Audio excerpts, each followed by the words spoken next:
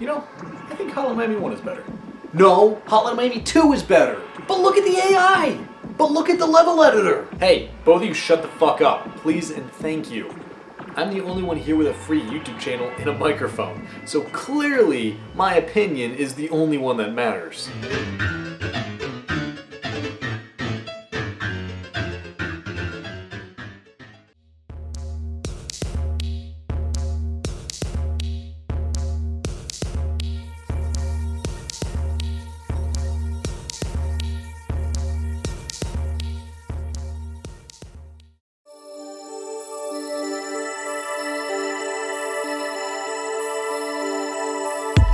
Yeah, no, listen, I'm not telling you to pick a favorite. You're just gonna have to pick which kid lives and which one dies.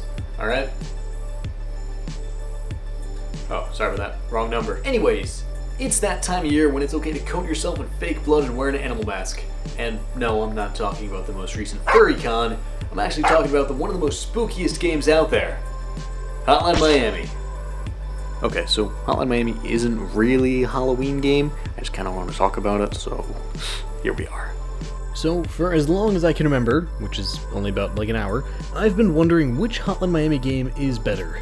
And I decided to sit down and really push it to the test, find out once and for all which game is the best. Hotline Miami is a classic. It came out in Halloween of 2012, see it is spooky, and is single-handedly responsible with my obsession of the 80s. In order to keep the judging between the games from being a mindless ramble, I've created this list that should, emphasis on should, keep me from getting too far off track. Kinda like that one time I made a video about toast. Hotline Miami is one of the most fluent games I've ever played. It is a tiny bit jarring on the eyes, with the snapping of the spine every few seconds and what have you. It feels exactly how the developers intended it to. Everything is so fast that there's barely any time to really react. You see someone running up behind you with a bat, and you just whip around and bash his brains in without thinking. It's all a blur, and yet there's this level of premeditated murder to it. Before each room, you can stop for a second and come up with a basic plan, which will ultimately go south, but still, you think about your actions, you're aware that you're going to rip these men apart. Guns feel extremely chaotic and hard to control. It makes you feel like you're not a trained killer, you're just a guy getting phone calls. Or are you? It's left up in the air, at least in the first game, which allows the player to create their own narrative, but more on that later.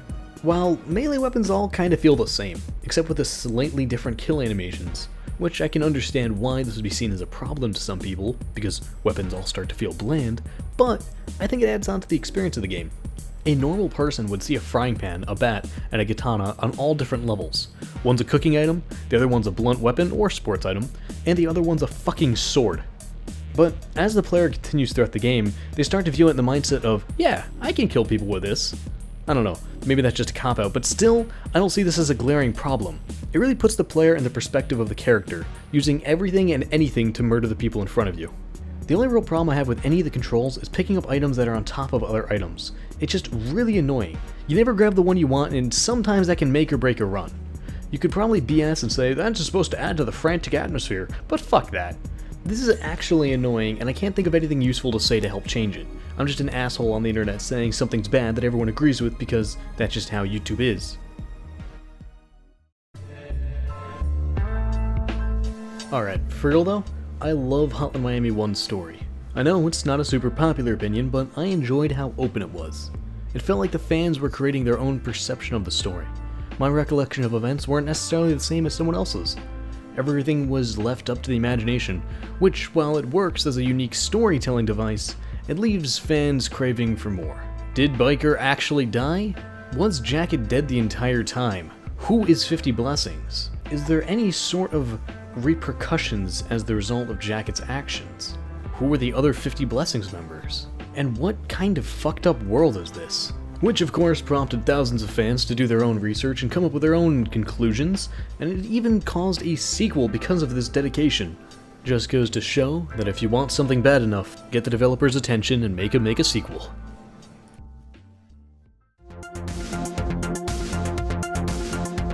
As I briefly talked about in the beginning, Hotline Miami had this great theme of subconscious animalistic desires. Almost in a Freudian sense, there is this other side to most everyone that enjoys the shallow pleasures of drugs, violence, and sex alike.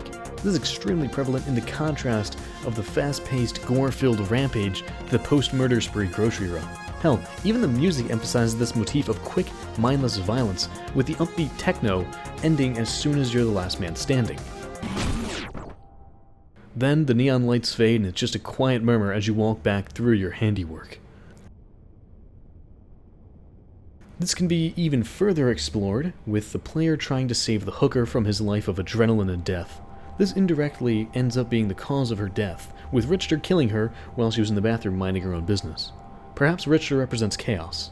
After all, he ends up killing this girl because her life has become a routine, and at this point in the game, the player has an expectation of what should happen. You wake up, get a phone call, kill some Russians, grab a bite, rinse, and repeat. Richter can't have that. You're starting to feel too comfortable. You're gonna lose your edge. So, he decided to jump to the conclusion. He makes the player filled with that primal rage that leads him to finish off the Russian mob only a few levels later.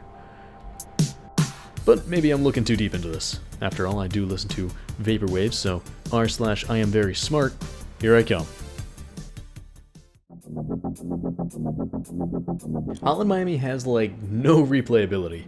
I only have 167 hours in this 3-hour-long game because I'm a super fan of it. There is no reason to play this game past 30 hours. And that's assuming you want to study the game, do all there is to do in it, speedrun it, and try to be the best at it. It's relatively tame and fairly quick to memorize the entire thing. While it is funny and fantastic, there is not much to gain out of it after a few playthroughs, which of course each playthrough depends on the individual skill, but for me, my first playthrough took about 3 to 4 hours. So even if it's your first time playing, it only has about 20 levels total, so it's pretty quick and fleeting, much like any sort of success I get on this channel. But that doesn't mean that it's a bad experience, it's just a one and done type of deal. Enjoy it while it lasts.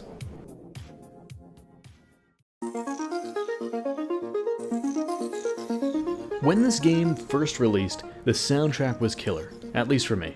Up until that point, I never listened to any sort of synthwave. I was an edgy twat that listened to shit like Trapped and Skillet. I know, I must have been drowning in pussy, I'm sure. But this game really changed my taste in music for the rest of my life. The music fits the atmosphere and setting of the game perfectly. It really makes the player feel like they're in this 80s drug-filled nightclub just beating the shit out of these gangsters. It really drives home the point of just fast, quick, and merciless violence. Looking back, some of the tracks are still fantastic, and I listen to them on a regular basis, while other songs sound a lot like a video game, like to the point you shouldn't listen to them in public.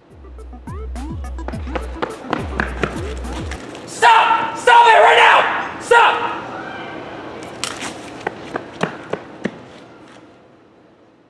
At least in contrast to the second game. Hotline Miami 2. Wrong number. Get it? 'Cause phones. I'm gonna be honest, Hotline Miami 2 was the reason I didn't have a girlfriend until the end of 8th grade.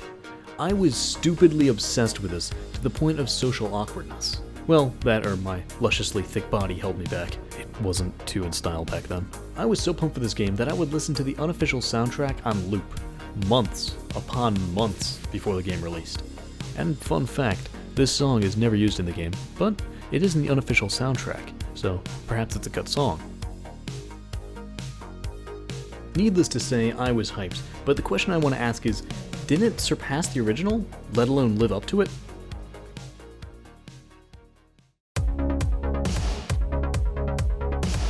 Do you remember how a little bit ago I was sucking Hotline Miami off for its gameplay? Alright, think of that same love, but now on a dick that's been cut up and glued back together. This is something that genuinely perplexes me. Denton Games remade the entire engine that the first game ran on. I have no idea why they would do this, but it's like someone trying to eyeball the code and said fuck it without testing. Everything is so much more clunky and glitchy and just off. Why they didn't just port the original code, I have no idea. But here are all my problems with it. The swing speed when finishing someone is now reduced and in a timed manner. So unlike the first game where you can bash as fast as you can click, there is a limit to how fast this game allows you to go. But that's not even the beginning of the iceberg. The AI is too good, which sure, it makes it harder, but the joy of the first game was running at an enemy and batting them in the back of the head while they turned around to shoot at you. In this game, it's just not possible. The AI is too quick to react to make melee fighting practical, unless they have melees too. Really, the gunplay is what's emphasized here, which, sure, gunplay feels way more fluent and smooth, but I personally don't play Hotline Miami for the guns. If I was playing a top-down shooter game, I'd play something like Enter the Gungeon, which is built around guns and bullet hells, instead of Hotline Miami, which was designed to just be a psychopath beating people to death.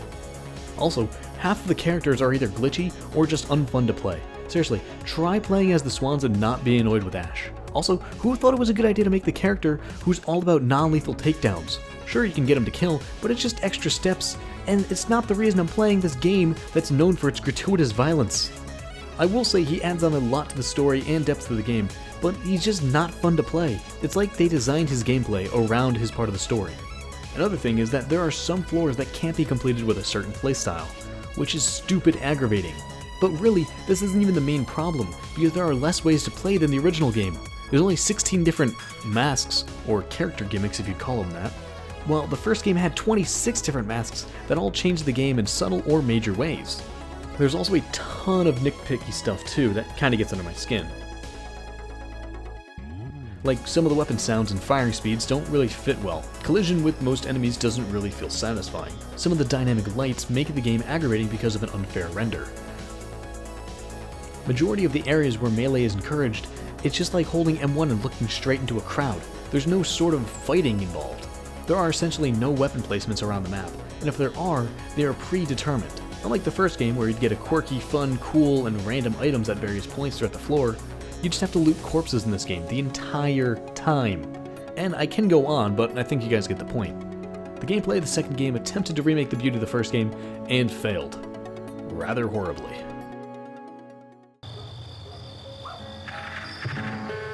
The story in this game is extremely bittersweet. While the first game excelled at having the player generate their own narrative, this game gave straightforward yes, this is fact answers.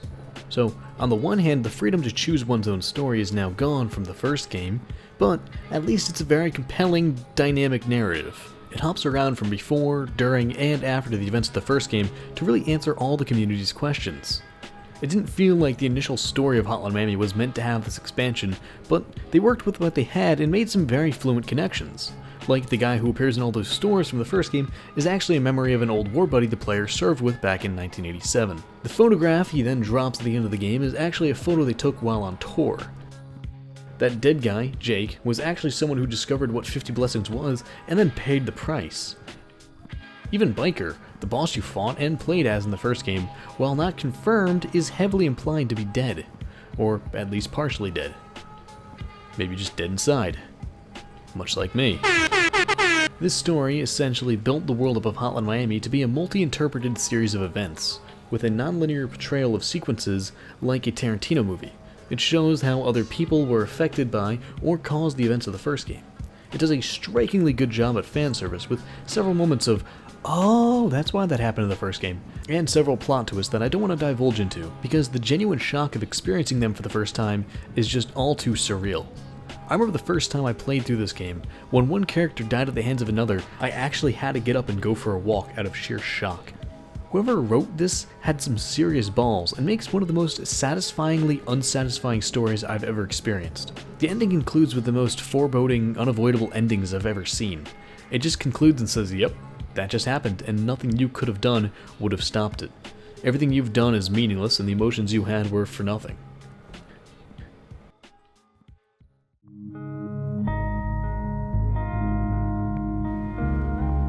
This game does a fantastic job at delivering the theme of inevitability. It even remarks this when you start the game over again, saying, "You're back. Why? You all know how this ends, don't you?" The conclusion of the game was decided before you even press start. All your actions are meaningless in the grand scheme of things, and the only opportunity to change the future has already passed. So why should anyone even play this? Perhaps it's out of naivety. But no, it doesn't seem like it's endorsing the hopes that one day things will be good. It seems to focus on the living in the moment and thinking about the future later. None of the characters seem to really worry about the predictable nuclear war with Russia. Instead, they're all focused on writing their books, getting their 15 minutes of fame, or making a movie that's all too similar to its source material. I do miss the theme of animalistic violence, as that's what I attribute to Hotline Miami the most, but I understand why this aspect was pushed aside to focus on the feeling of helplessness and longing for an altered past. The first game covered this topic already, and the second game really wanted to drive home this new theme.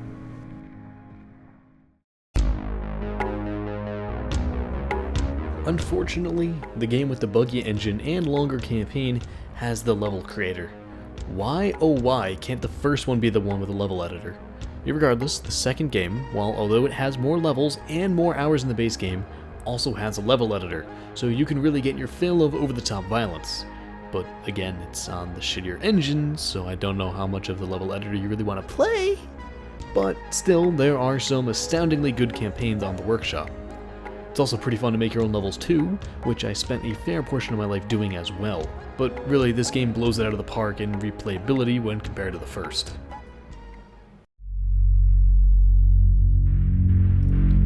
Damn, if I thought the music in the first game was good, this soundtrack is phenomenal.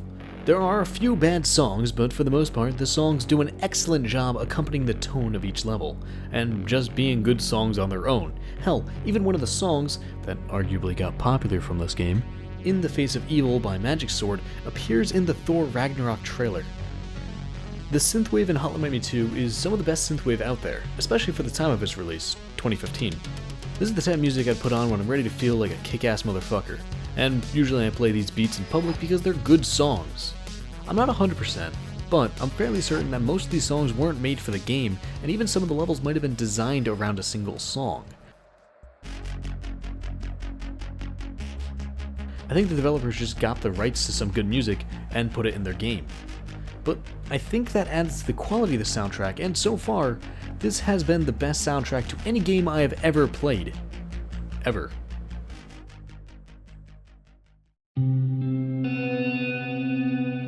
At the end of the day, Hotline Miami feels like a complete game. It feels straight to the point, forward, fluent, and fun. It doesn't need a sequel to stand on its own. But if you tried playing the second game without the first one, you'd be lost and confused. It's built off the first game with the aspirations that you're assuming it's going to be like the original, which works on its own level, but really when choosing which is more enjoyable, it's almost impossible to decide. On the one hand, Hotline Miami does such a good job at making the player feel like a violent 80s drug-filled psychopath. It's just fun, you can put it on, and it's a great time. But the sequel, though, is such a good experience and very well-written story. It really succeeds at making the player feel unsatisfied, and so insignificant. Like nothing they've learned or accomplished makes any sort of difference in the long run. The ending just kinda comes out of nowhere, and player couldn't have stopped it or changed it at all. It just ends.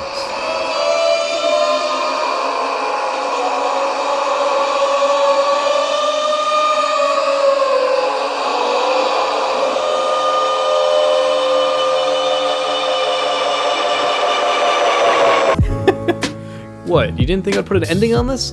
What do I look like, some sort of art student? No, of course Hotline Miami 1's better. What am I, some sort of fucking nerd?